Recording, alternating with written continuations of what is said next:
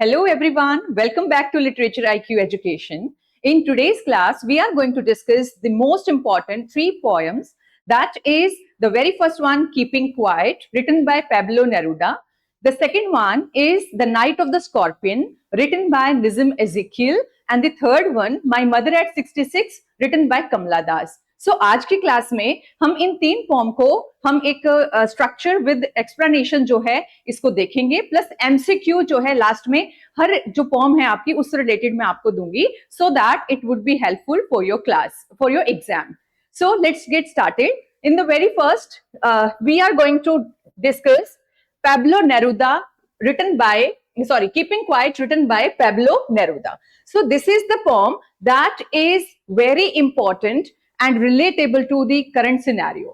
आज की अगर दुनिया है जिसमें भाग दौड़ की आप देख रहे हो लाइफ जो है लोग जी रहे हैं, डिस्पेयर, एंजाइटी, या आप कह सकते हो कि एक तरह से ऐसी लाइफ जो बिल्कुल जो है मॉरली डिग्रेड होती जा रही है. हम हर तरफ जो है डिस्ट्रैक्शन, चाहे वो डिस्ट्रैक्शन जो है मेराइन लाइफ का हो, चाहे वो डिस्ट्रैक्शन ह्यूमन बीइंग्स का हो, चाहे वो डिस्ट्रैक्शन जो है वो किसी भी लेवल पे यानी पोल्यूशन को यानी क्लाइमेट को जो है डिस्ट्रैक्ट करने की बात हो, तो हम लोग किसी भी चीज में पीछे नहीं है. हम लोग इक्वली रिस्पॉन्सिबल हैं इस डिस्ट्रक्शन के पीछे. और यहाँ पर कीपिंग क्वाइट के थ्रू, यानी देखिए 1950s के अराउंड ये पोम लिखी गई थी, 1974 में पब्लिश हुई थी. तो आप सोचिए कि आज 2026 में ये पोम जो है कितनी रिलेटेबल आपको फील होगी.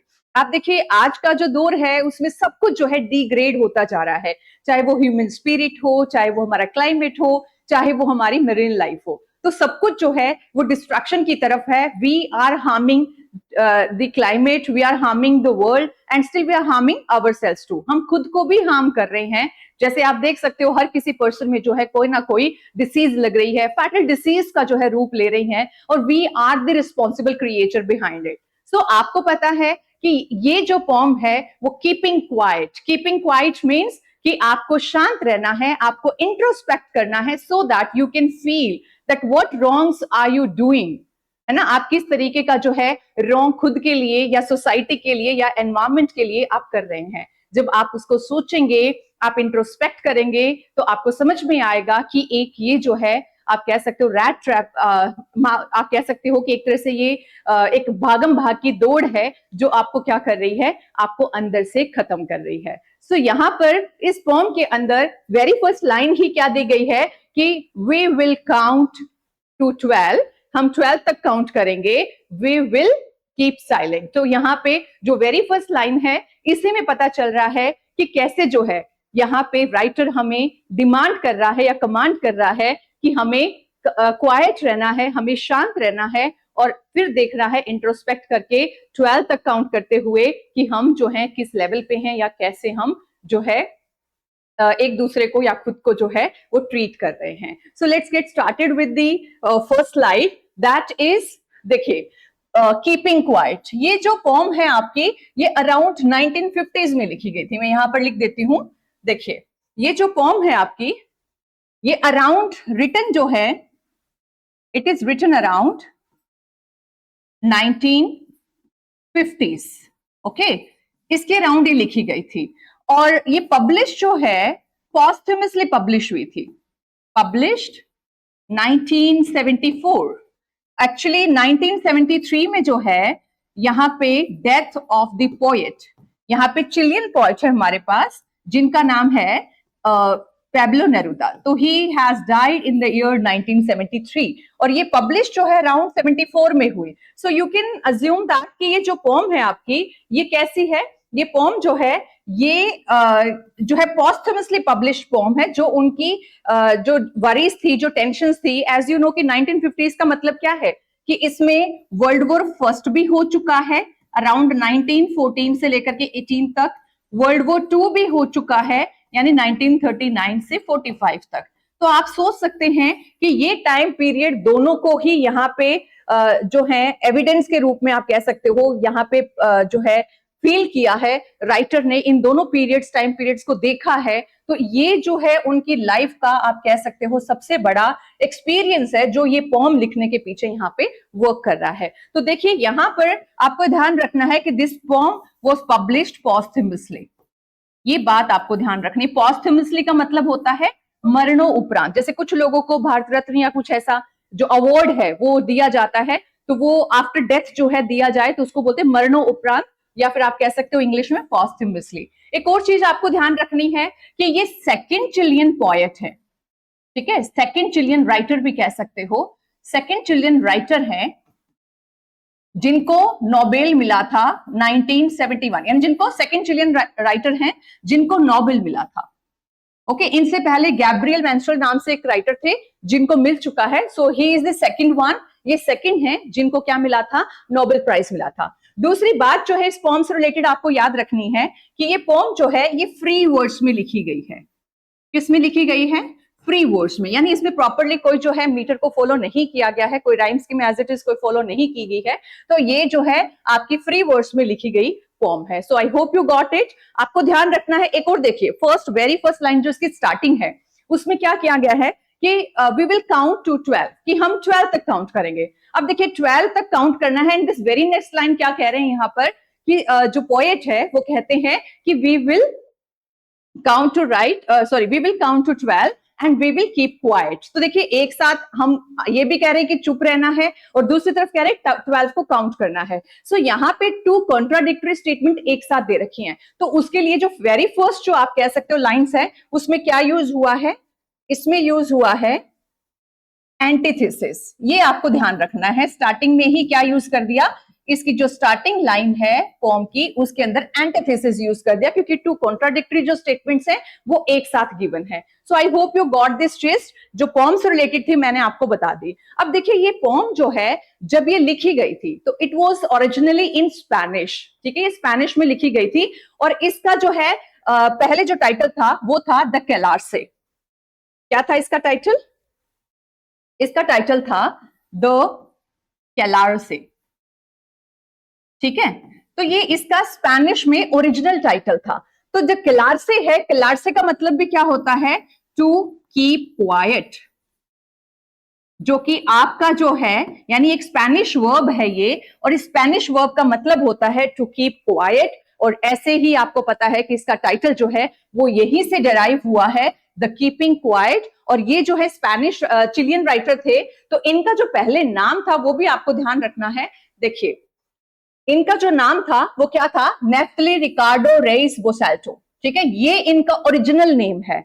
As you know some of the writers, female writers originally जो है वो कैसे लिखते थे, वो एक मेल राइटर के नाम से लिखा करते थे। तो उनका तो जो है आप कह सकते हो मजबूरी थी, because at the time when the women writers started writing, तो उस टाइम पे मेल राइटिंग्स को ज्यादा जो है प्रेफरेंस दी जाती थी। सो आपको पता है कि जॉर्ज इलियट है मैरी एन इवांस के नाम से लिखा करते थे, है ना। तो इस तरीके से इनका ऐसा कोई रीजन नहीं था, बट इनका जो नाम है इन्होंने पेन नेम क्या रख लिया था, जैसे मैरी एन इवांस रखा था, मैरी एन इवांस ने जॉर्ज एलियट नाम रखा था, वैसे ही पैब्लो नेरूदा जो है इन्होंने इनका जो नाम है पेन नेम है, इनका पहले नाम था नेफ्तली रिकार्डो रेइस बोसाल्टो, ठीक है। तो ये डिफर कर सकता है because it's a different language, तो आप कह सकते हो कि यहाँ पे नेफ्तली रिकार्डो जो है उनका नाम था, और पेन नेम जो है उन्होंने, ताकि हर कोई इजीली इसको कंप्रीहेंड कर सके, बहुत ही ब्यूटीफुल सा नेम उन्होंने रखा, Pablo Neruda. I hope you got this slide. अब चलिए बात करते हैं पोम की। पोम में क्या है, ये ओरिजिनली जो है ये स्पेनिश में लिखी गई थी। This is very important fact, you have to remember, a कैलारसे, ठीक है। इसका जो पहले टाइटल था, जो ओरिजिनल टाइटल था, दैट वाज ए कैलारसे, वी हैव डिस्कस्ड। देन ये पब्लिश जब हुई थी, ये हुई थी अराउंड एक्स्ट्रावगेरिया इन 1958। सॉरी, यहाँ पे क्या है, एक्स्ट्रावगेरिया में 1958 में पब्लिश हुई थी अराउंड ये, ठीक है, poetry in the milestone poetry collection. देखो क्या था कि जो एक्स्ट्रावगेरिया नाम से इनका पोएट्री कलेक्शन हुआ था 1958 में, उसके अंदर पब्लिश हुई थी, ये हुई बाद में थी। थीम क्या था इसका, universal brotherhood, self introspection, stopping destruction, human rush, ठीक है।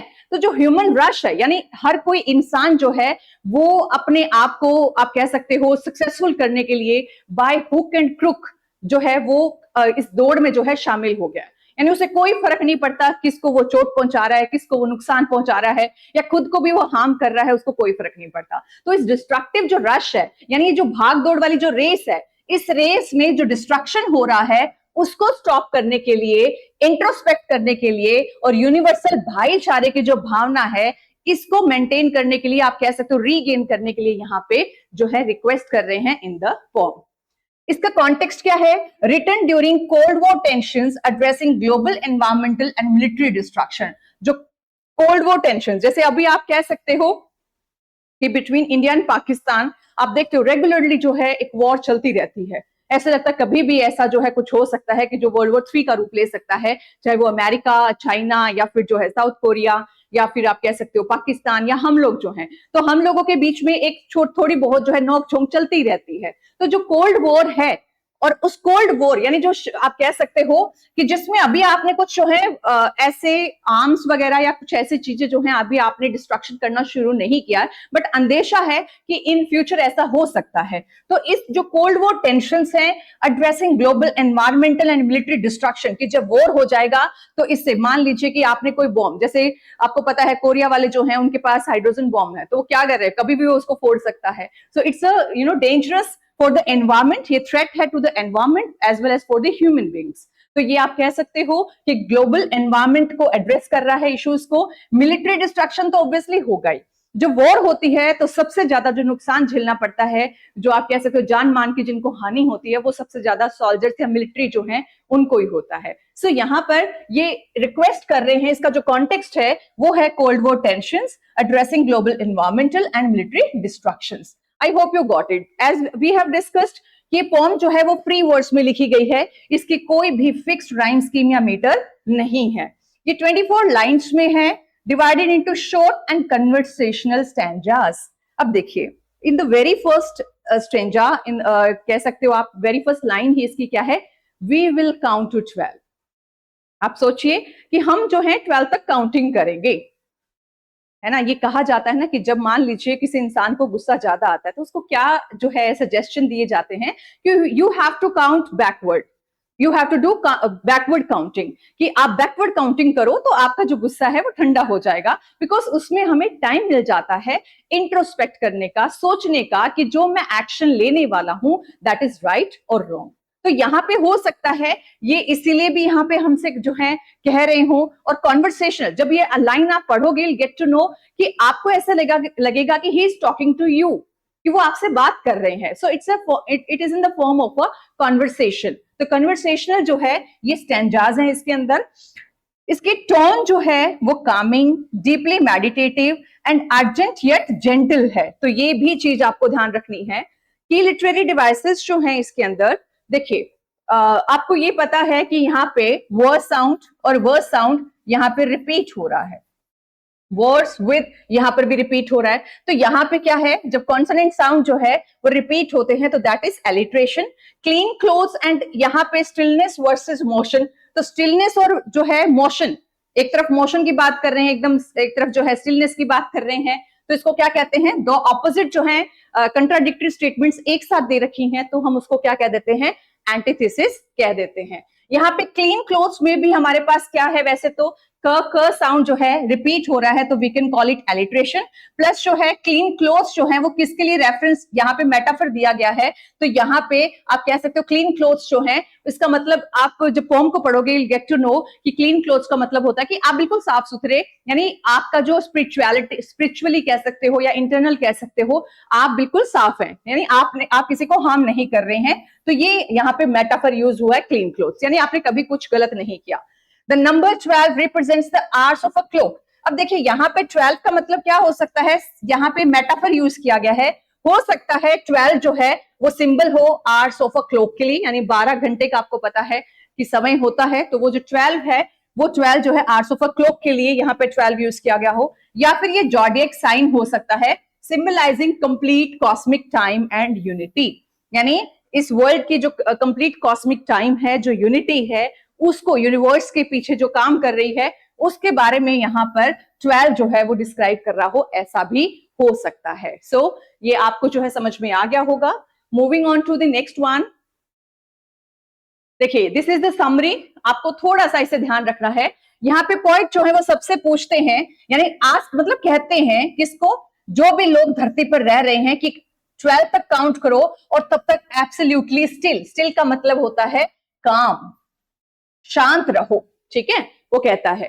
उसके बाद wants a temporary stop, वो टेम्पररी चाहता है, वो ये नहीं कहता कि तुम बिल्कुल ही जो है मृत घोषित हो जाओ, ऐसा नहीं, वो एक टेम्पररी कुछ पल के लिए वो चुप रहने के लिए कहता है, शांत रहने के लिए कहता है कि कुछ टाइम के लिए तुम ह्यूमन स्पीच यानी कुछ तुम्हारे मुंह से जो है आवाज नहीं आनी चाहिए, तुम्हारे हाथ पांव जो है वो हिलने नहीं चाहिए। तो उसको उन्होंने बोला है कि ये एक एक्सोटिक मूवमेंट होगा। एक्सोटिक मूवमेंट का मतलब क्या है? ऐसा मोमेंट जिसमें आप अपने आप को इंट्रोस्पेक्ट कर सकते हो, आप अपनी मनोस्थिति जो है उसको जान सकते हो, आप जो है अपने बारे में रॉन्ग्स एंड राइट्स के बारे में जान सकते हो। तो ये एक्सोटिक मूवमेंट था जिसमें आपको ना तो दौड़ना है, ना कोई शोर शराबा है इंजन का, ना ही किसी प्रकार का जो है नॉइस क्रिएट हो रहा है। ठीक है, इन दिस स्टिलनेस, अब देखो इस शांति में क्या होगा, इस कामनेस में क्या होगा कि फिशरमैन, यानी जब हम भाग रहे होते हमें नहीं पता होता कि हम क्या कर रहे हैं, बट आप कभी जो है किसी भी काम को एक शांति से, चाहे आप कुछ भी कर रहे हो, चाहे आप नहा रहे हो, हमें नहीं लगता, आपको नहीं लगता कि कई बार आप नहा रहे हो जल्दी जल्दी से पानी डाल रहे हो, भाई किस बात की जल्दी है, कुछ भी कर रहे हो। ठीक है, तो ये जो है आप जब एक्सोटिक मोमेंट को फील करोगे, गेट टू नो कि कितना जो है फिशरमैन जो है वो स्टॉप कर रहे हैं harming whales in the cold polar seas. तो फिशरमैन जब स्टिलनेस में आएगा, यहाँ पे एग्जांपल्स दे रखे हैं फिशरमैन का, जो सॉल्ट गैदरर है उसका, है ना, यहाँ पे कंपेयर, यहाँ पे जो है एग्जांपल्स है। तो देखिए फिशरमैन जो है अगर उसके अंदर वो एक्सोटिक मूवमेंट आएगा तो क्या होगा, वो जो है वेल्स को, जो कोल्ड पोलर सीज है, यानी आपके पोलर सीज हैं जहां पे वेल्स होती है, तो वहां पे वेल्स को जो है वो हार्म करना स्टॉप कर देगा। अगर सॉल्ट गैदरर जो है, द हर्ट सॉल्ट गैदरर, देखिए आपको पता है रन ऑफ कच्छ या जो आपका थार का जो डेजर्ट है उसके आसपास का जो इलाका है, वहां पर गुजरात वाला जो पार्ट है, आप कह सकते हो गुजरात के आसपास वाला, सॉरी, तो गुजरात के आसपास वाला जो इलाका है वहां पे सॉल्ट जो है उसको जो है गैदर करने का काम करते हैं कुछ लोग। और सॉल्ट जो है ना वो उसके हाथ को, यानी जो हाथ हैं पैर जो उनके जाते हैं सॉल्ट के अंदर, तो उसको काट देता है। और वो काटने के कारण आप सोचो आपका कटा हुआ है पैर, उस पर हल्की सी आप कह सकते हो चोट आ रही है, उस पर नमक कोई लगा दे तो वो कितना ज्यादा जो है पेनफुल होता है। तो यहाँ पे ये कहता है सॉल्ट गैदरर को कि तुम जो हर्ट हो रखे हो सॉल्ट को गैदर करते हुए, तुम्हें भी टाइम मिल जाएगा कि तुम अपने वुंडेड और ब्लीडिंग हैंड्स को देख सको, तुम्हें भी उस दर्द को जो है फील करने का मौका मिलेगा अगर आप कुछ पल के लिए स्टिलनेस में आओगे।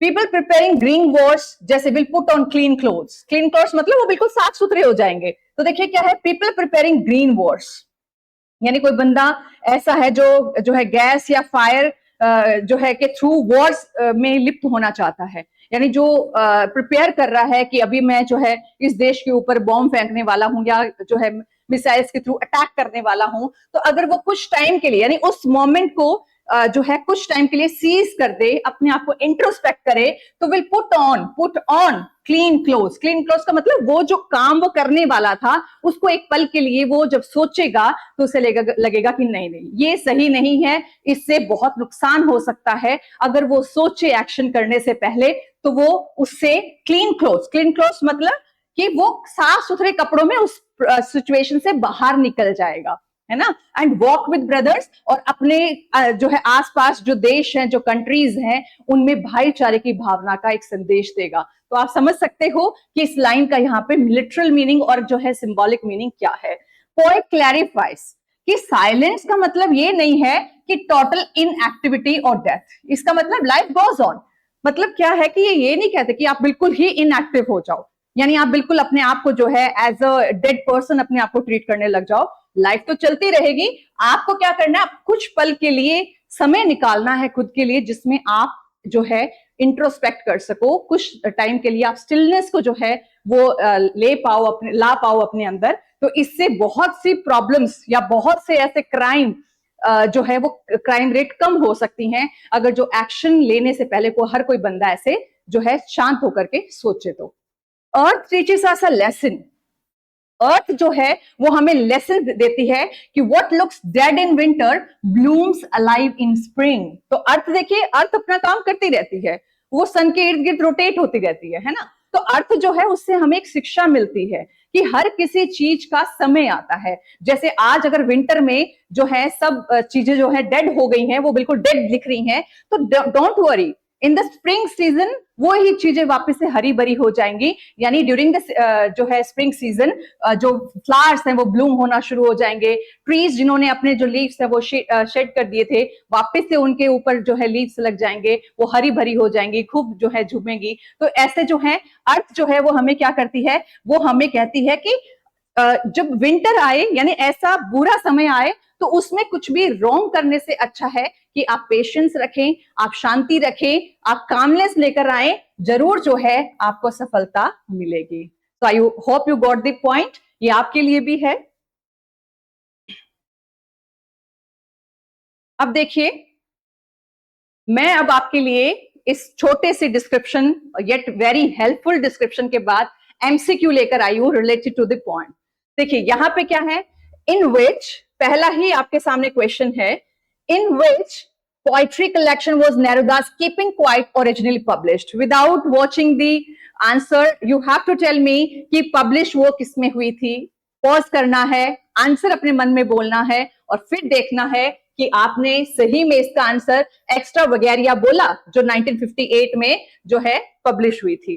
ठीक है, ओरिजिनल रिटन इन स्पेनिश आपको पता है कैलार्स के नाम से, कैलार्से के नाम से, which marks a playful philosophical phase in Neruda's career. तो आपको ये बात समझ में आ गई होगी। नेक्स्ट क्वेश्चन यू हैव, देखिए, what does the number 12 signify in the very first line of the poem? आप देखिए जो 12 नंबर है, तो मैंने कहा 12 मंथ्स भी हो सकते हैं, 12 टाइम के लिए भी हो सकता है। तो यहाँ पे 12 जो है वो 12 मंथ्स ऑफ द ईयर के बारे में बात कर सकता है, 12 hours on a clock face, तो ये भी जो है इसके लिए सिग्निफाई कर सकता है 12 को। सो द आंसर इज, यहाँ पे answer number A, 12 is a universal measure of time and used to represent complete cosmic harmony and unity across the globe। तो देख लीजिए, हर जो है कंट्री, पूरे यूनिवर्स में जो है 12 वो यूनिटी को मार्क करता है, क्योंकि अगर 12 घंटे हैं तो सबके ही 12 घंटे होते हैं, टाइम आगे पीछे हो सकता है। तो ये आपको जो है पता चल गया होगा कि 12 signifies what, 12 months of a year and 12 hours on a clock face। Answer number A। Next question you have, what is the original language in which keeping quiet ये जो है लिखी गई। तो you know that जो answer इसका Spanish है और इसका जो टाइटल था वो क्या था, एक्लार्से। इसको जो है एक्स्ट्रा वगैरिया में इसका जो कलेक्शन था उसके अंदर इसको पब्लिश किया गया था, ये बात भी आपको ध्यान रखनी है। ओके, और पैब्लो नेरुदा जो है वो खुद बेसिकली चिलियन डिप्लोमैट थे, पोएट थे, who wrote primarily in Spanish। तो ये बात भी आपको ध्यान रखनी है, चिलियन थे और स्पेनिश में वो लिखा करते थे। नेक्स्ट क्वेश्चन आप देखिए, very important, why does the poet refer to the moment of silence as an exotic moment? Exotic क्यों कहा है? इसका आंसर देखिए, because it will attract tourists, no, because it will be a rare unusual moment of pure peace। तो यही answer हो जाएगा, without engines, यानी किसी प्रकार का कोई शोर शराबा कुछ भी नहीं होगा, कंप्लीट जो है साइलेंस होगी। सो एक्सोटिक मोमेंट का मतलब हो जाएगा pure peace. Next question, what does the imagery of man gathering salt with hurt hand symbolise? अब देखिए, जो मैन जो है जो सॉल्ट को गैदर करता है तो उसके हैंड जो है वो क्या हो जाते हैं, वो हर्ट हो जाते हैं। तो हर्ट हैंड्स किसको सिंबलाइज करता है? ये सिंबलाइज करता है जो रेलेंटलेस मतलब बेचैनी, self destructive pace of modern working class lives. तो जैसे कि मैंने बताया कि जब आप कुछ भी ऐसा काम कर रहे हैं जिससे आपको लगता है कि आप दूसरों को नुकसान पहुंचा रहे हैं, उससे कहीं अधिक नुकसान आपका खुद का हो रहा होता है। तो यहाँ पे उस बेचैनी को, यानी जब आप किसी के साथ गलत करने वाले हो तो उससे पहले कुछ भी रॉन्ग आप करोगे, उससे पहले आपके अंदर एक बेचैनी, एक डर जो है वो क्रिएट हो जाएगा, प्रोड्यूस हो जाएगा। तो ये जो है सेल्फ डिस्ट्रक्टिव और रेलेंटलेस जो है मॉडर्न वर्किंग क्लास लाइफ उसको जो है रिप्रेजेंट करता है। Next question, what does the poet mean by victory with no survivors? अब देखिए, जब कोई भी वॉर होता है तो उस वॉर में हो सकता है एक कंट्री जीत जाए, दूसरी कंट्री हार जाए, तो लेकिन जो जीत गई है तो असल में उसकी जीत वो नहीं थी। कैसे कि वहां पर भी तो लोगों की जानें गई है ना। ऐसी जो है विक्ट्री का क्या फायदा जिसमें कोई सर्वाइवर ही ना हो। जैसे आपको पता है कि अशोक जो है, किंग अशोका जो है, उन्होंने वॉर को त्याग दिया था जब उन्होंने बहुत ज्यादा ब्लड शेड या आप कह सकते हो नरसंहार वहां पर देखा, जो है उसके बाद में उन्होंने वॉर के लिए कह दिया कि मैं वॉर नहीं करूंगा, मुझे युद्ध नहीं लड़ने हैं, और उनके अंदर कंप्लीट जो है चेंज आ गया था। तो ये आप कह सकते हो कि जब भी कोई वॉर होती है, हो सकता है एक देश जीत जाए, बट वो विक्ट्री नहीं है जिसमें विद नो सर्वाइवर्स, जिसमें कोई नहीं बचा। तो भाई जीता कौन? ठीक है, तो आप कह सकते हो वॉर्स वेयर एवरीबॉडी विंस नहीं, total destruction caused by biological and chemical weapons where no one remains alive. तो देख लीजिए आप यहां पर कि जहां पे बायोलॉजिकल केमिकल जो वेपन्स हैं उनके थ्रू जो है वॉर लड़ा गया और सब कुछ जो है तहस नहस हो गया। इट मींस ऐसी वॉर क्या फायदा जो जीती भी पर सबको जो है हार के। यहां पर देखिए इसको ग्रीन वॉर कहा है, ध्यान रखना है आपने, ग्रीन वॉर या वॉर विद गैस भी बोला है इस बॉम्ब के अंदर। What lifestyle changed does the poet suggest for warmongers through put on clean clothes? Warmongers कौन होते हैं? जिनको युद्ध लड़ना है, जो हमेशा युद्ध की ताक में रहते हैं, वो चाहते हैं सब कुछ डिस्ट्रक्ट हो जाए। तो वॉर मॉन्जर्स के लिए जो पुट ऑन क्लीन क्लॉथ्स, जिन्होंने सब कुछ कर करके जो है उसके बाद में क्लीन क्लॉथ्स पहन लिए हैं, उनके बारे में क्या सजेशन दिया है पोएट ने कि dressing up for a festival नहीं, changing regular shirts to avoid stains no, adopting fresh outlook of peace, leaving blood stained ideologies behind। तो ये आपको समझ में आ गया होगा कि फ्रेश जो है आउटलुक अपनाना टुवर्ड्स द पीस, जो आपने ब्लड स्टेन यानी आपके ऊपर कितनी भी जानों के जो है धब्बे लग गए हों आपके कपड़ों पे, आप उसके बाद साफ सुथरे निकल गए, यानी आपने उस चीज को त्याग दिया। इस सेंस में जो है यहाँ पे मेटाफर यूज किया गया है, as I have told you. ठीक है, beginning free from hatred malice and blood soaked warfare just like the king Ashoka. The poet clarifies he does not want total inactivity। अब देखिए डीप स्लीप की बात कर रहा है, एब्सोल्यूट डेथ की बात कर रहा है यहाँ पे। हाँ सॉरी, टोटल इनएक्टिविटी मतलब यहाँ पे देखिए he does not want total inactivity, total inactivity नहीं चाहता, यानी एब्सोल्यूट डेथ की बात नहीं कर रहा है यहाँ पे वो। ठीक है, वो क्या कह रहा है, कुछ पल के लिए टेम्पररी जो है आपको साइलेंस लेकर आनी है। तो किसकी बात कर रहा है? टेम्पररी साइलेंस, टेम्पररी साइलेंस की यहां पे पोएट बात कर रहा है। The next question you have, which natural entity is cited by the poet as a teacher of renewal through stillness?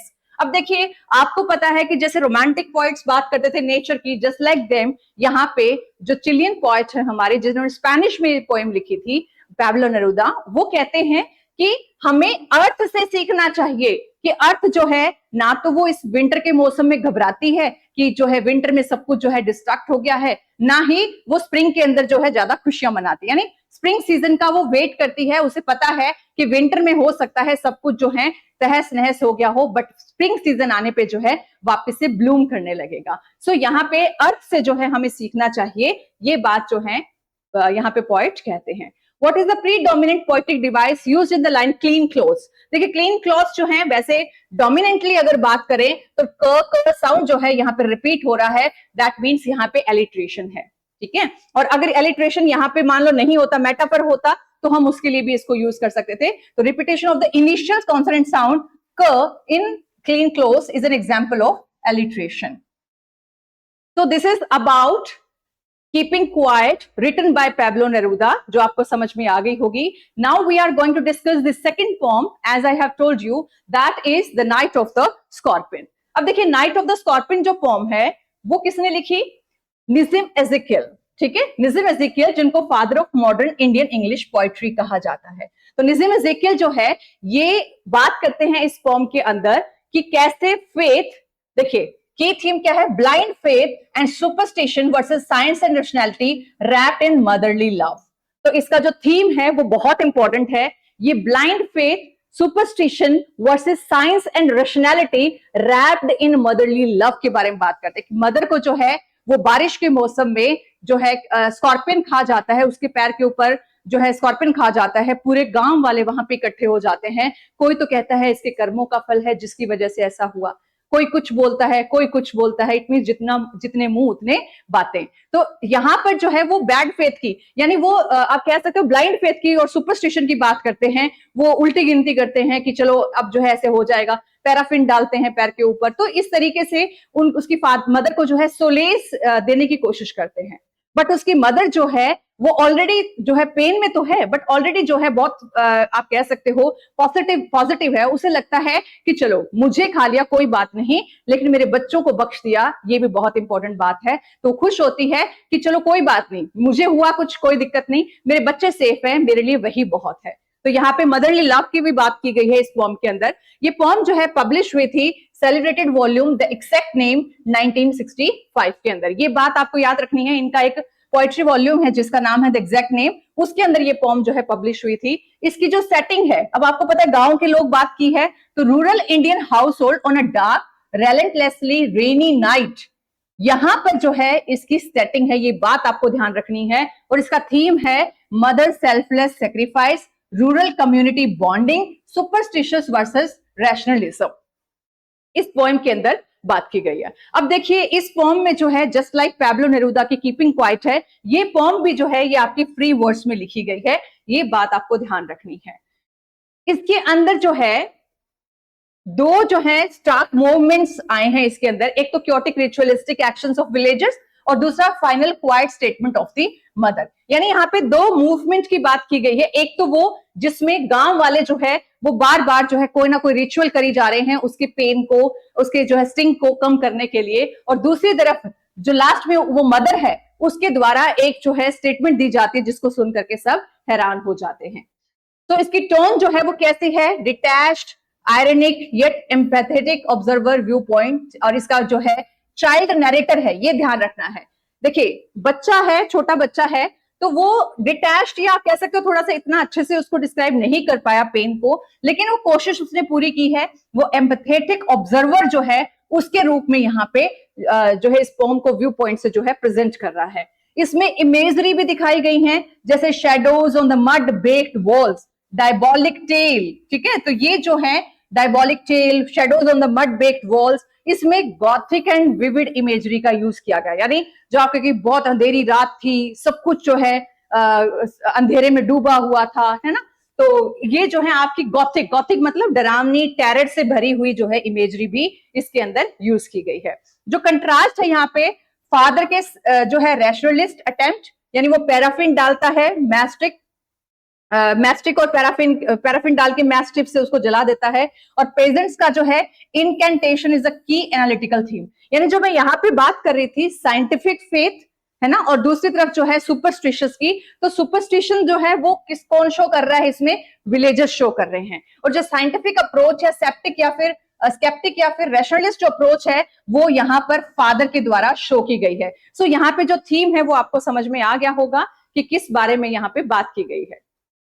अब देखिए step by step narrative flow देखिए इसका थोड़ा सा, ये बहुत इंपॉर्टेंट है इसलिए मैं थोड़ा सा अच्छे से लेकर आई हूं इसको। देखिए it rained heavily for 10 hours. देखिए यहां पर आपको एक चीज ध्यान रखनी है, पैब्लो नेरूदा टॉक्स अबाउट 12, वो 12 की बात करता है, यहाँ पे 10 की बात कर रहा है कि it rained heavily for 10 hours, कि 10 घंटे तक जो है बहुत हैवी बारिश हुई, forcing scorpion to seek shelter. अब क्या हुआ, एक स्कॉर्पियन था, है ना, एक्चुअली इसकी स्टोरी ऐसे स्टार्ट होती है कि बहुत तेज बारिश यानी धुआंधार जो है बारिश हो रही है, एक स्कॉर्पियन जो है वो शेल्टर लेने के लिए जो राइस का सैक होता है यानी राइस की जो बोरी होती है उसके पास जाकर के छुप जाता है, और अचानक से जब मदर वहां पर आती है तो उसको वो काट लेता है, ठीक है, उसके ऊपर है स्कॉर्पियन जो है वो पोएट की मदर को काट लेता है और जल्दी से बाहर जो है रेन में भाग जाता है। उसको लगता है कि कहीं मुझे मार ना देंगे, जैसे मदर आती है तो उसे लगता है कि शायद मुझे ये हिट करने वाली है, उससे पहले मैं इसको काट लेता हूं। तो जो स्कॉर्पियन है वो उसकी मदर को यानी पोएट की मदर को काट करके फटाफट जो है जो पहले छुपा हुआ था रेन की तरफ दौड़ जाता है। जो पेजेंट्स हैं, जो गांव के लोग हैं, वो स्वार्म ऑफ बीज, ठीक है, ये यहाँ पे स्वार्म ऑफ फ्लाइज, ये भी आपको याद रखना है कि जो पेजेंट्स है उनके लिए swarm of flies word use किया गया है। तो ये आते हैं सारे झुंड में, buzzing God's name to paralyse the evil one, और वो बार भगवान का जो नाम है वो रट रहे हैं। दिस शोज द फेथ, ये जो गॉड में फेथ और आप कह सकते हो सुपरस्टिशन को जो है यहाँ पर एम्फेसाइज करता है। तो वो भगवान का जो है नाम लेते हैं ताकि जो इविल वन का मतलब जो स्कॉर्पियन है उसके जहर को कम किया जा सके, है ना, उसकी मदर को जो पेन हो रहा है उसको कम किया जा सके। तो वो एन्चेंट कर रहे हैं भगवान का नाम लेकर के। उसके बाद वो स्कॉर्पियन को ढूंढते हैं लैंटर्न लेकर के, और उसके बाद जो है उनका जब वो लैंटर्न लेकर के जा रहे हैं तो शेडोज ऑन व्हाट वॉल्स, देखिए जब वो लैंटर्न लेके ऐसे जा रहे हैं तो उसकी लैंटर्न की और जो इंसान की जो परछाई है वो वॉल्स के ऊपर, यानी जो मड वॉल्स है, आपको पता गांव है, रूरल सेटिंग है, तो गांव में जो है जो वॉल्स हैं उनके ऊपर जब कोई शेडो पड़ेगी तो ऐसे लगेगा मड वॉल्स के ऊपर कि वो कास्टिंग जाट कि बड़े बड़े कोई जो है ह्यूज क्रिएचर वहां से गुजर रहे हैं। तो यहाँ पे गॉथिक एलिमेंट का यूज हुआ है। इसके अंदर जो बिलीफ है वो क्या है कि स्कॉर्पियन जो है कहते हैं कि स्कॉर्पियन जो है उसका मूव, यानी अगर स्कॉर्पियन को मार दिया तो वो मदर जो है उसका पेन खत्म हो जाएगा।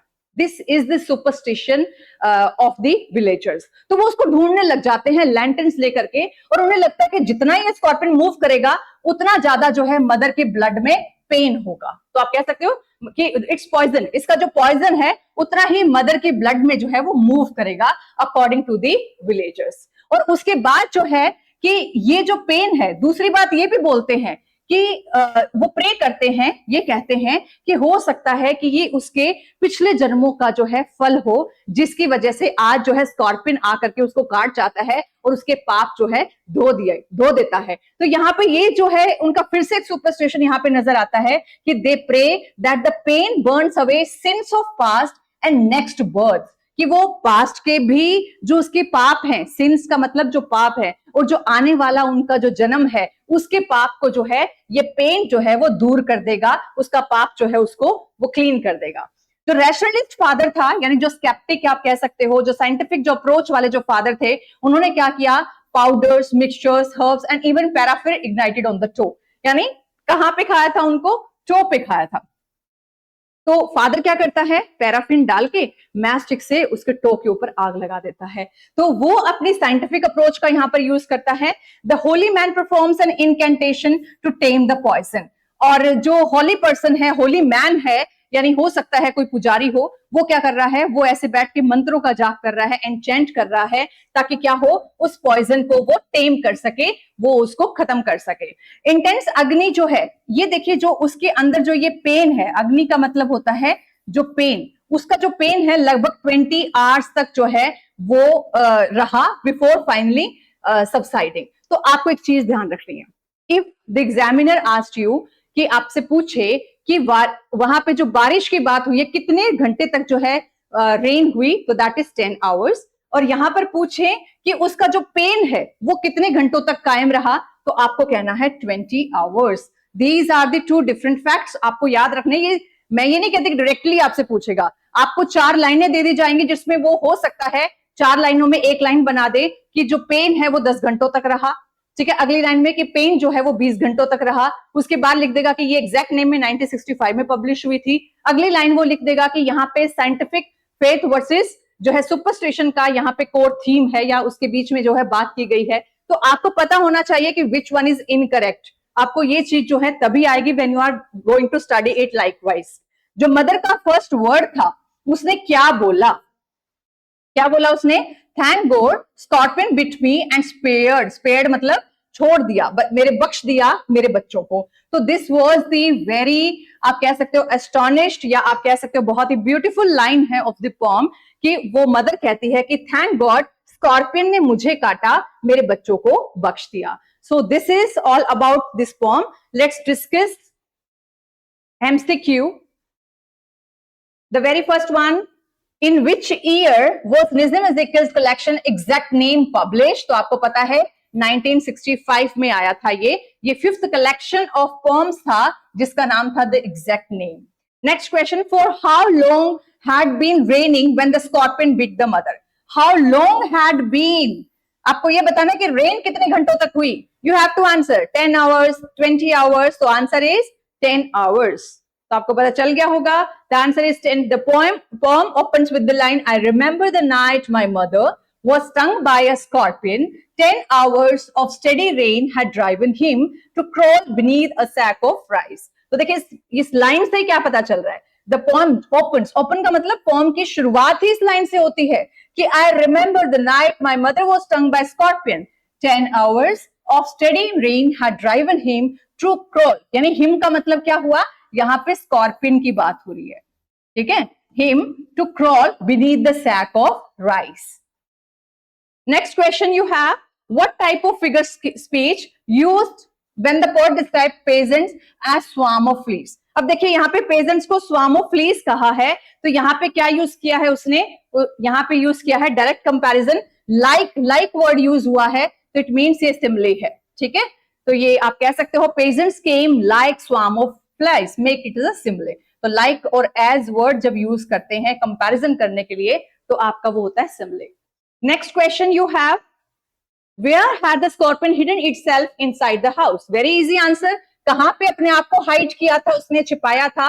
earthen pot, wooden door या sack of rice? So answer is sack of rice. जैसे लाइन भी थी कि he crawled beneath the sack of rice to hide from the continuous rain outside. Why did the peasants want the scorpion to remain completely still?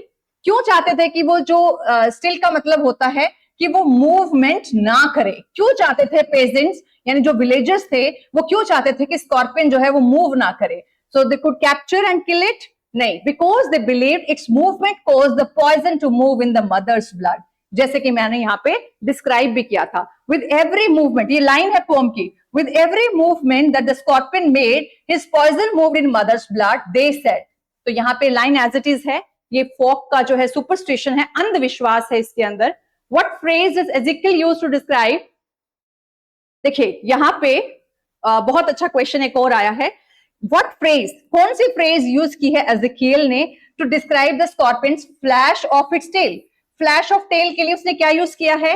Heavenly flash या diabolic tail? तो देख लीजिए, diabolic tell word use किया था, हमने थोड़ी देर पहले इसको पढ़ा भी था.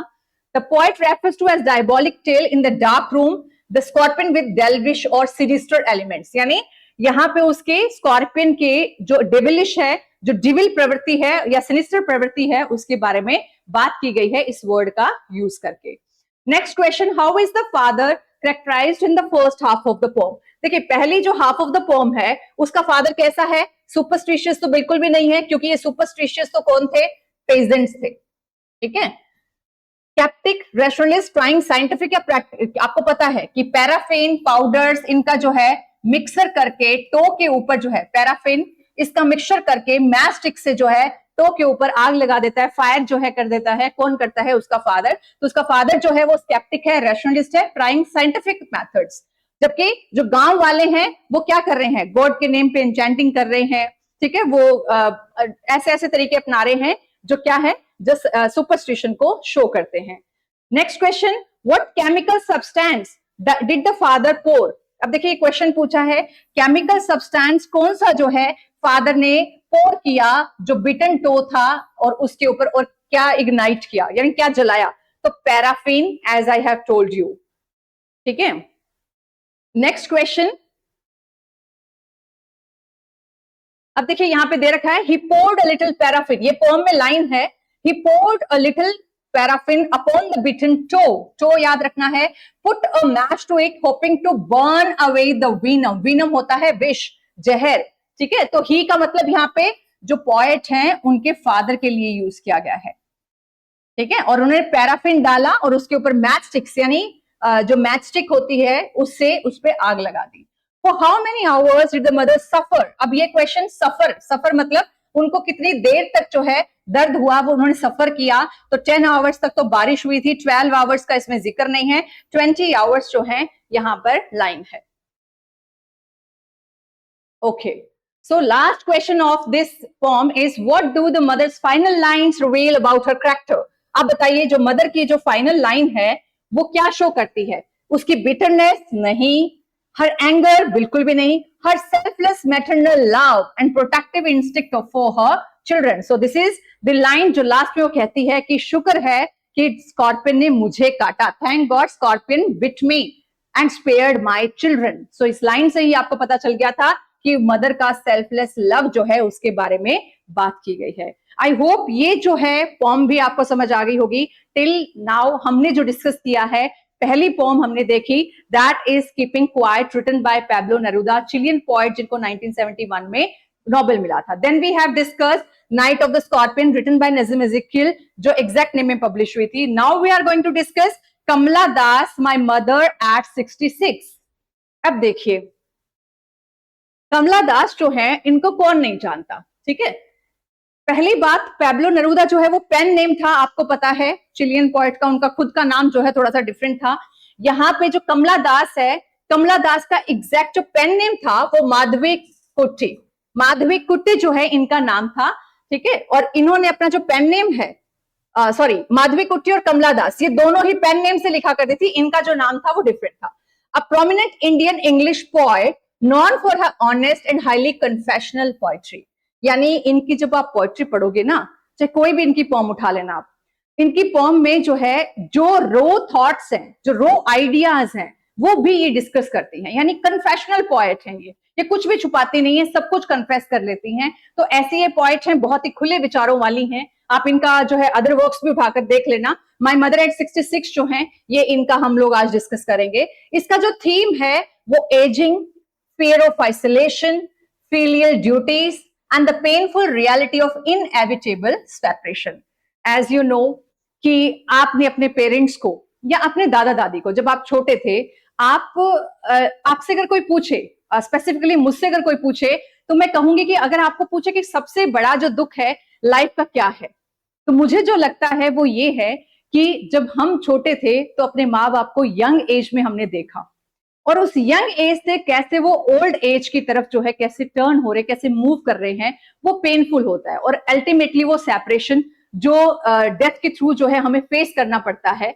तो ये जो जर्नी है from the childhood, young age, adulthood, then the आप कह सकते हो ओल्ड एज, तो अपने पेरेंट्स को बहुत यंग, बहुत एनर्जेटिक, बिल्कुल एंथुसियास्टिक, जो हमारे लिए कुछ भी कर गुजरे, ऐसे पेरेंट्स को देख करके जब हम जो है उनको बुढ़ापे में देखते हैं, उनको ओल्ड एज में देखते हैं कि वो अब अच्छे से चल नहीं पा रहे हैं, वो अच्छे से खा नहीं पा रहे हैं, परेशान है, तो हमें अंदर से बहुत दुख आता है ना, बहुत बुरा, बैड हम लोगों को फील होता है। सो यहाँ पर माय मदर एट 66 जो है, Kamala Das also feeling the same thing. यहाँ पे कमला दास जो है वो अपनी पोम के थ्रू, हमें भी रिलेटेबल लगेगी, because we are also experience this kind of things, कि हमारे जो पेरेंट्स हैं वो ओल्ड एज की तरफ जो है बढ़ रहे हैं, और हमारे लिए एक स्पेशल जो है मॉरल ड्यूटीज बन जाती है to take care of them. तो ये इस पोम में जो है फिलियल बॉन्ड की भी बात की गई है, और यहाँ पर जो है इनएविटेबल सेपरेशन का मतलब होता है कि ये चीज जो है वो सेपरेशन जो है, हो सकता है कि वो हमारा फिजिकल सेपरेशन हो जाए विद द पेरेंट्स, बट जो हमारा स्पिरिचुअल सेपरेशन है उसकी भी यहाँ पर आप कह सकते हो एक मेटाफर के रूप में यहाँ पे बात कर सकते हैं। द पेनफुल रियलिटी जो है इनएविटेबल सेपरेशन की वो बात करती है। Ageing, fear of isolation, isolation मतलब कि दूर हो जाना, आइसोलेट हो जाना, कि जब आपके पास जो आपके नियर एंड डियर वंस है, एक टाइम पे जब आपको लगता है कि वो आपके साथ नहीं रहेंगे, तो it's a kind of a fair, आपको डर लगता है उस चीज को सोच करके भी, ठीक है। Then structure of the poem की हम बात करते हैं।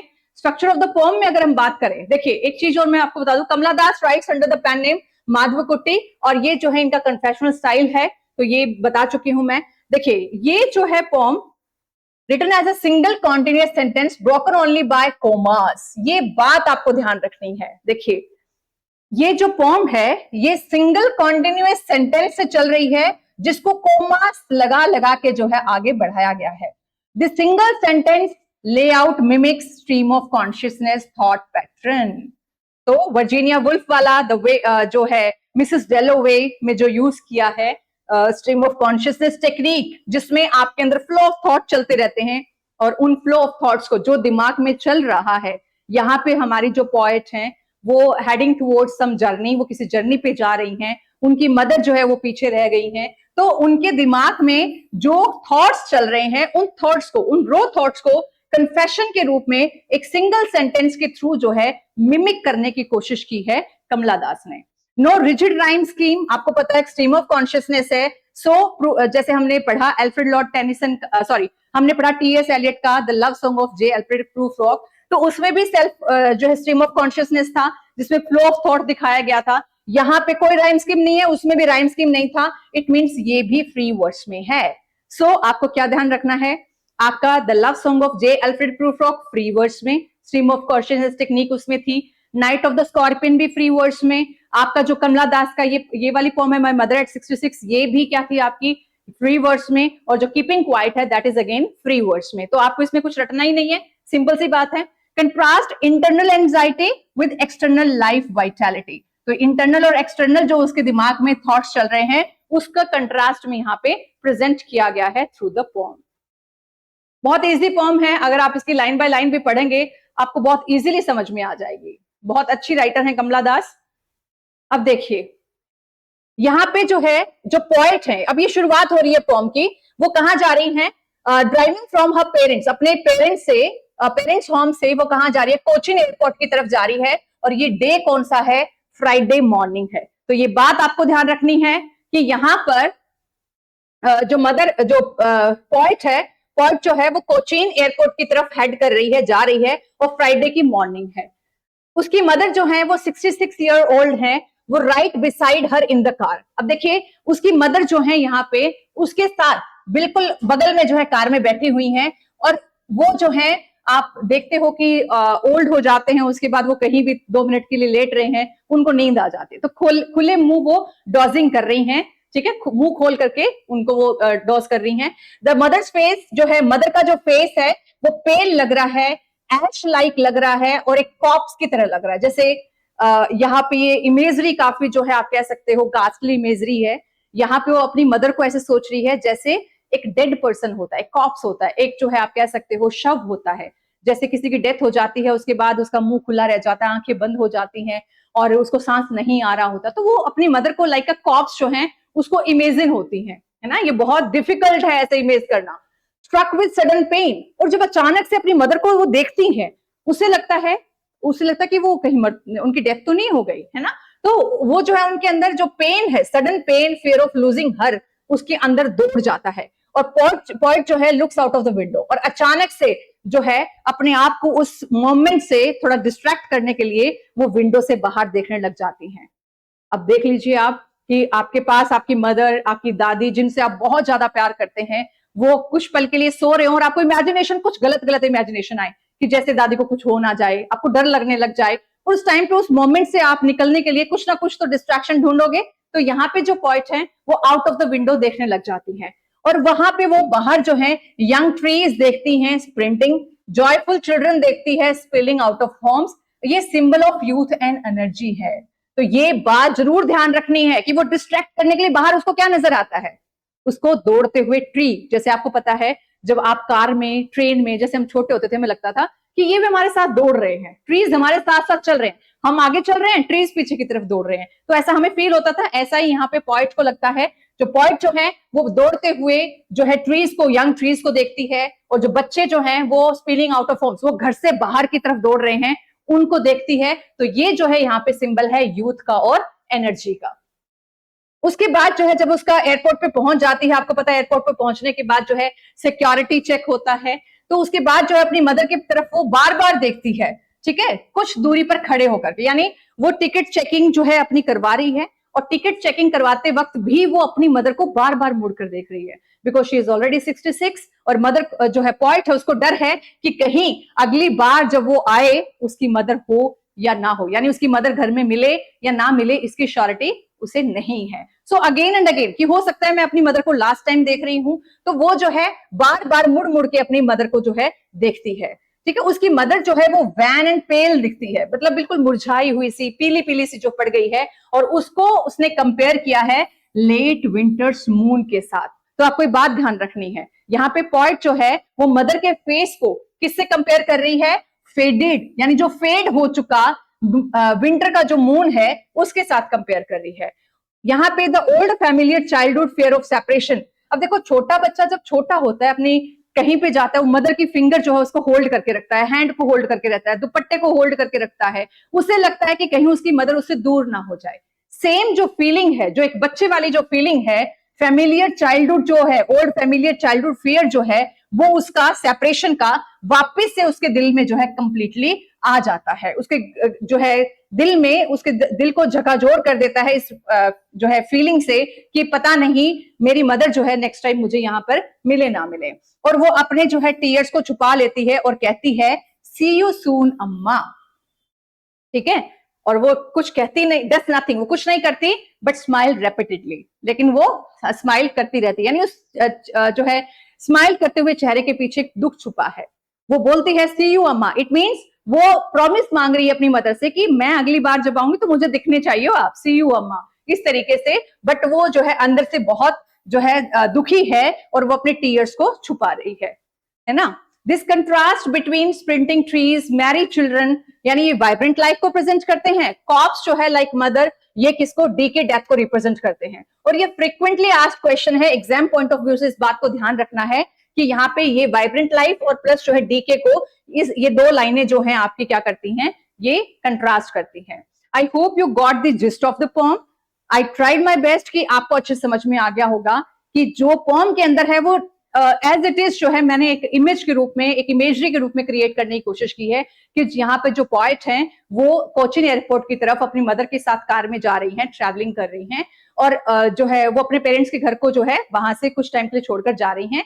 उसकी मदर जो है वो हाफ ओपन माउथ से उसके पास लेटी हुई है, और एक पल के लिए उससे वो इमेज जो है वो इमेजिनेशन हो जाती है कि शायद उसकी मदर जो है वो कॉप्स बन गई है, यानी वो उनकी डेथ हो चुकी है, वो शव के रूप में इमेजिन कर लेती हैं। बट अचानक से जो है उसका जो है मन भर आता है और वो अपने आप को डिस्ट्रैक्ट करने के लिए आउट ऑफ द विंडो देखती है, जहां पे उसको यंग स्प्रिंटिंग ट्रीज दिखती हैं, प्लस जो है उसको बच्चे नजर आते हैं। तो कुछ पल के लिए वो अपने आप को डिस्ट्रैक्ट कर लेती है, और एयरपोर्ट पे जब चेकिंग कर रही है बार बार अपनी मदर को मुड़ मुड़ कर देख रही है।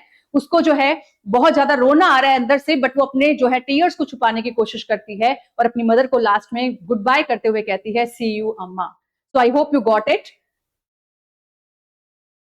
Then the very first MCQ, this is the ending of the class. ये इस क्लास का एंडिंग है, but this is not the last, but this is not the list. हमें आगे और भी जो है क्लासेस लेनी है, सो बने रहना, सब्सक्राइब कर लेना चैनल को, लाइक जरूर कर देना। मैं आपके लिए इतनी मेहनत कर रही हूँ, you have to do subscribe, comment and share with your friends, ठीक है। तो आप लोगों के लिए भी हेल्प हो जाएगी, it is win win situation. अब देखिए यहाँ पर मुझे मोटिवेशन मिलता है भाई आप लोगों की जो है लाइक से और आपके सब्सक्राइबर से, ठीक है। देखिए सब्सक्रिप्शन से, where was the narrator driving to. अब पहला ही क्वेश्चन जो है, जो नरेटर है वो ड्राइव कहाँ कर रही है, when she notice her mother's ageing face. जब अपनी मदर का वैन जो पेल जो फेस है जब वो नोटिस करती है तो कहाँ जा रही होती है, तो वो कोचीन एयरपोर्ट की तरफ जा रही होती है। ये लिखा भी है ओपनिंग लाइन में, driving from my parents home to Cochin last Friday morning. ये भी ध्यान रखना है, पूछा जा सकता है, फ्राइडे मॉर्निंग की बात हुई है। What feature of the poems layout reflect stream of consciousness. तो यहाँ पर स्ट्रीम ऑफ कॉन्शियसनेस यानी कौन सा जो है फीचर है पोएम का जो रिफ्लेक्ट करता है स्ट्रीम ऑफ कॉन्शियसनेस को। तो यहाँ पे it is divided into neat quadrants, no, it is written as a single long sentence punctuated only by commas. ये बात आपको याद रखनी है कि सिंगल सेंटेंस है पूरा और कॉमास से इसको अलग किया गया है सेंटेंसेस को। तो आपको जो है ये बात जरूर ध्यान रखनी है कि स्ट्रीम ऑफ कॉन्शियसनेस टेक्निक को यानी फ्लो ऑफ थॉट को जो है रिप्रेजेंट करता है। What did the narrator compare her mother sleeping face to. अब देखिए आप पे क्वेश्चन का आंसर बताएंगे कि जो नरेटर है वो अपनी मदर के जो है स्लीपिंग फेस को किससे कंपेयर करता है, ब्लूमिंग लोटस से, no, withered leaf in autumn यानी मुरझाए हुए ऑटम की लीफ से, नो, अ कॉर्प्स यानी डेड बॉडी के साथ। Very good.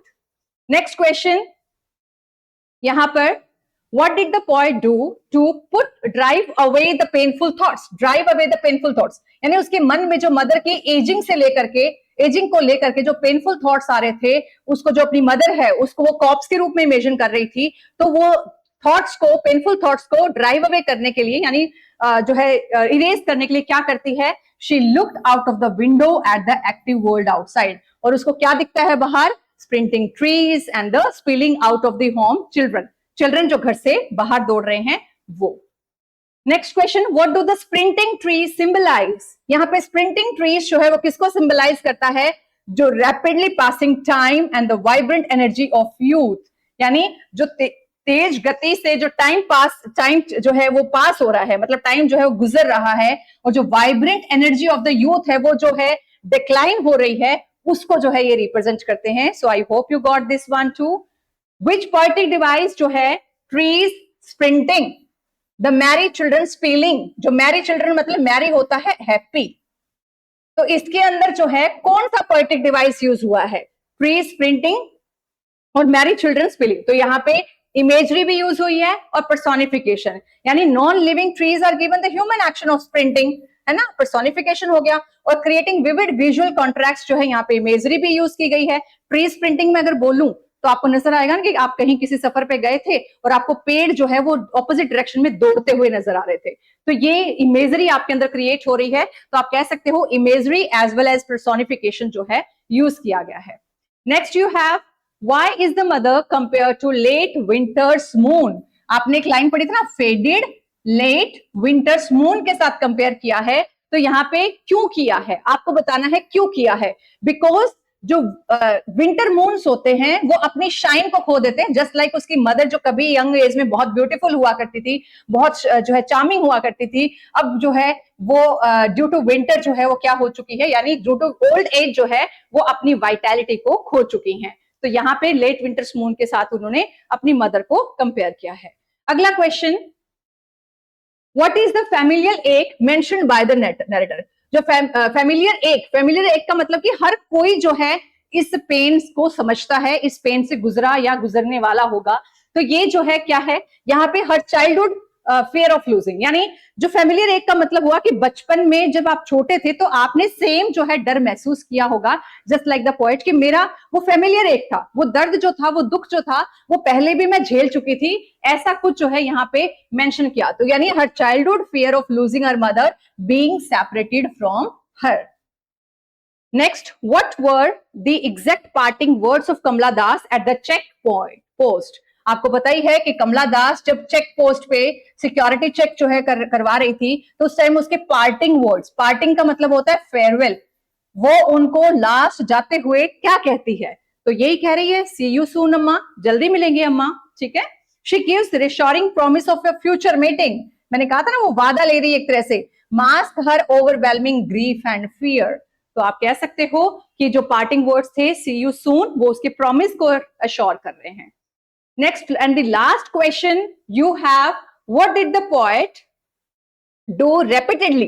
रेपिटेडली क्या करती है फाइनल डिपार्चर मोमेंट के दौरान, तो आपको पता है क्राई करती है, नो, वो छुपा लेती है आंसुओं को, स्माइल कर रही है, हग करती है, no, smile and smile and smile. This is again very important, आपको याद रखना है, एक तो ये कि सी यू सून अम्मा, और एक स्माइल, स्माइल एंड स्माइल। तो ये जो है आपको याद रखना है कि ये जो है रिपीटेडली जो है फाइनल डिपार्चर मोमेंट था।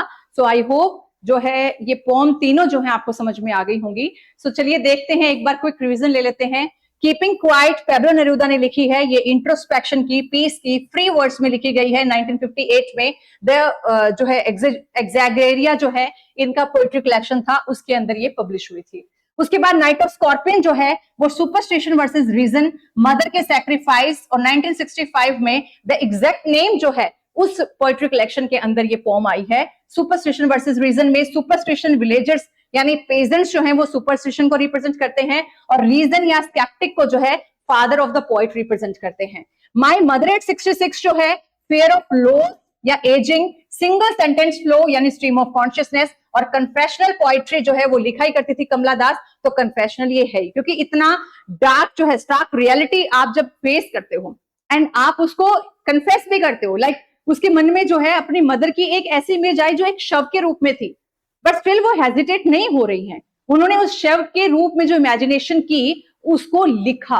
तो आप सोच सकते हैं किस लेवल की जो है स्टार्क रियलिटी की बात कर रही हैं, कितनी अच्छे जो है आप कह सकते हो लेवल की जो है ये राइटर हैं। कन्फेशनल पोइट्री जो है इन्होंने बहुत सारी लिखी हैं, आपको कभी समय मिले तो इनकी पढ़ना आप पोइट्रीज को, they are represent the stark reality of the life. तो यहाँ पे ये जो है हमारी जो क्लास है वो खत्म होती है। नेक्स्ट क्लास में हम लोग जो है अरुण कोलाटर की द बस और जो बाकी रिमेनिंग पोएम्स हैं उनकी समरी और थोड़ा जो है कुछ पोइट्री लाइंस को प्लस जो है एमसीक्यू के साथ प्रैक्टिस करेंगे। So till then take care, do hard work, आपकी सफलता बिल्कुल आपके पास है, बस कुछ जो है टाइम की बात है, आप अच्छे से मेहनत करते रहिए, आपको जरूर जो है सक्सेस मिलेगी। And all the best for your exam. Thank you so much for watching me.